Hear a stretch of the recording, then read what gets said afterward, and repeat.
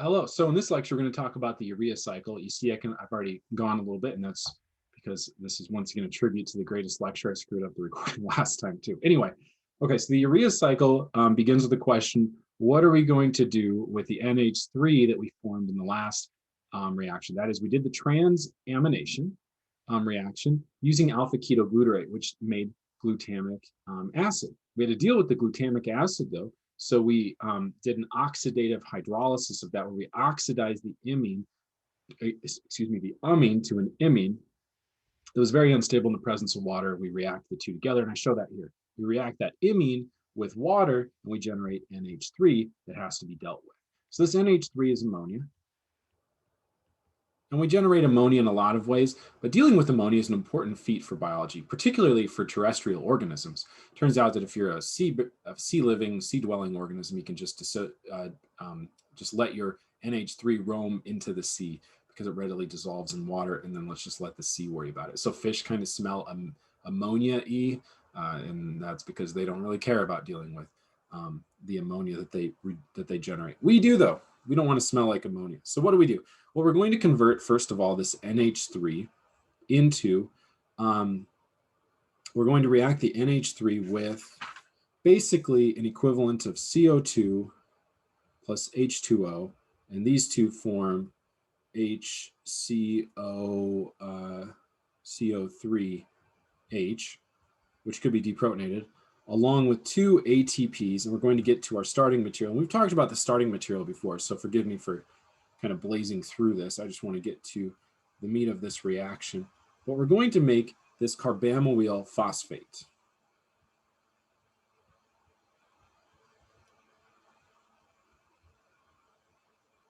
So we use 2 molecules of ATP to activate both positions of baking soda, basically, to make them both electrophilic. The first one engages, the first electrophilic site engages the NH3 to make the carbon-nitrogen bond. So we don't have to worry about trying to do like the urea industrial process. Now the next reaction is going to take our carbamyl phosphate and react it with aspartate to make another common intermediate that we've seen before, which is fumarate. So we're going to take our carbamyl phosphate and react it with aspartic acid, which is another amino acid. So I'll draw it with stereochemistry and all that stuff. And so this is the aspartate or aspartic acid, where we have now a carboxylic acid. It looks a lot like glutamic acid, but it is the glutamic acid has 1 additional carbon atom, so this one has 1 fewer carbon atoms. Now, what's going to happen here is the nitrogen of our aspartate is going to add to the carbonyl carbon,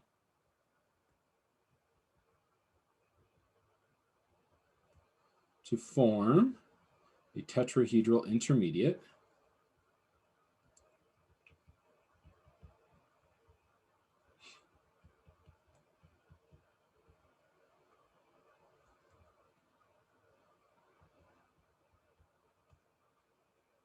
I think we want, oops, thought that looked weird.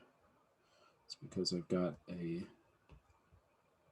CO2 minus, and then I dropped a carbon. Sorry about that. Okay, leave a plus on the nitrogen for now. Probably loses that hydrogen pretty quick, so we'll just lose it too. Okay, when the oxygen comes down, it's going to kick off the OP. The phosphate group is going to be lost. Losing inorganic phosphate is a very favorable process, giving rise to what looks like urea plus all this other stuff.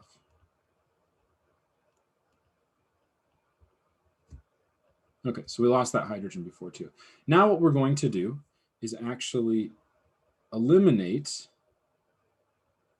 a hydrogen at the alpha position away from the nitrogen, but we're going to kick off the nitrogen as a good leaving group, and that's probably because it takes the electrons between the carbon and nitrogen and picks up an H plus along the way. Okay.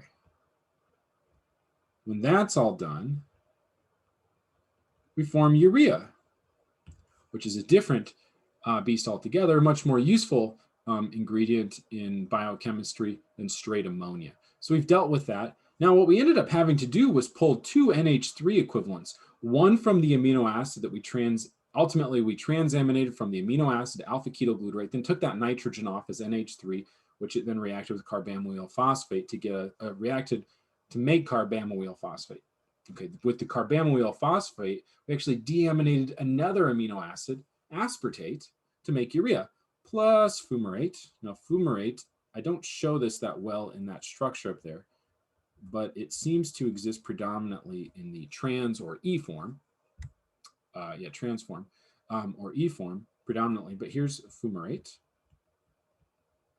That's formed, and there's other metabolic processes that fumarate can kind of exist in.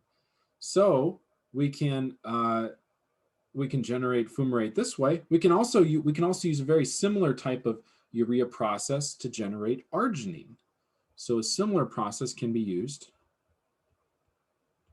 Now urea can readily be excreted in urine. It can even, if you're starving, it can even form uric acid and that sort of thing. But it's just a non-toxic substance. Uric acid is very common in birds, it appears. Okay, so a similar process can be used to make arginine.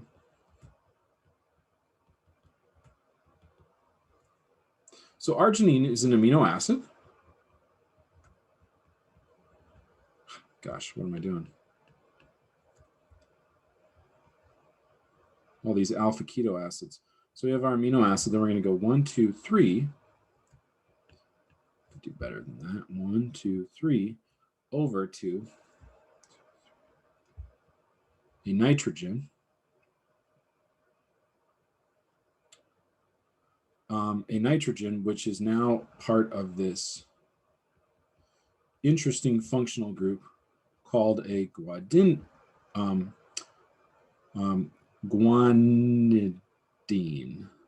There it is.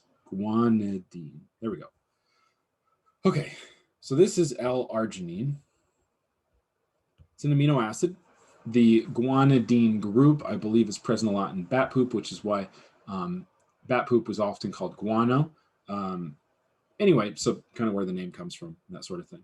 The name guanidine was named after bat poop had established itself as an important kind of commodity in some spaces. Okay, so here's guanidine. Let's see if we can make this in a related process.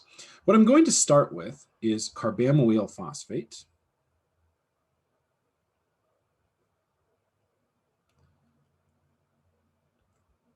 I'm going to start here, and we're just going to skip to that part of the reaction.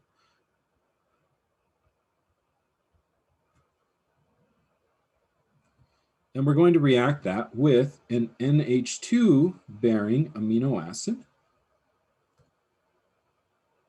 I guess all amino acids have an NH2 group, you know, this is Viteran or something. This looks a lot like lysine, but it's not lysine. Lysine doesn't have 3 carbons separating the alpha position and the nitrogen. It has 4. Okay, so instead, this is ornithine. So ornithine is going to engage our acyl phosphate in much the same way that aspartate did at its alpha position, where we're going to acylate the nitrogen atom that was an NH2, and we'll lose hydrogen at the same time.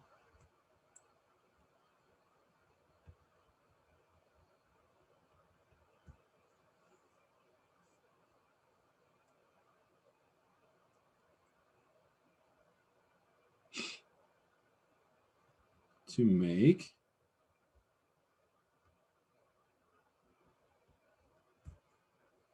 this species. And this species is citrulline. Citrulline. Okay, so now citrulline is going to react with ATP and aspartate, L-aspartate, and I should draw aspartate up here. You don't feel like you have to, but aspartate was the dicarboxylic acid. that ultimately gave rise to fumarate. All right, and what we're going to do is let the nitrogen engage the carbonyl oxygen as part of citrulline.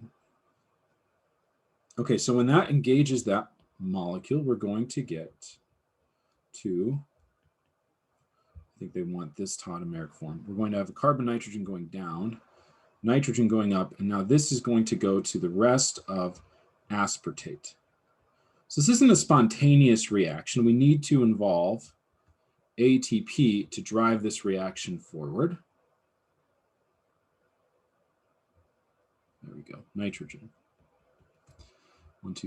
1, 2, 3, alpha position, NH2OH.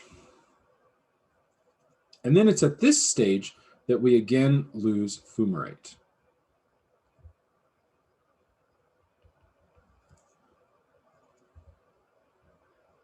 And we get arginine.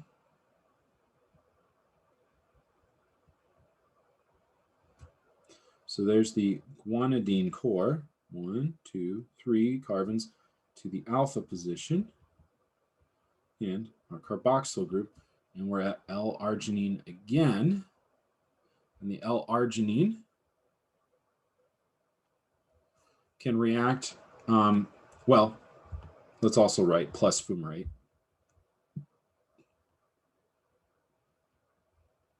And look at that. We've now, using these sort of decomposition or catabolism pathways of amino acids, we actually generate 2 other amino acids, L-arginine, and we've generated today. And then in the last lecture, we've made glutamate.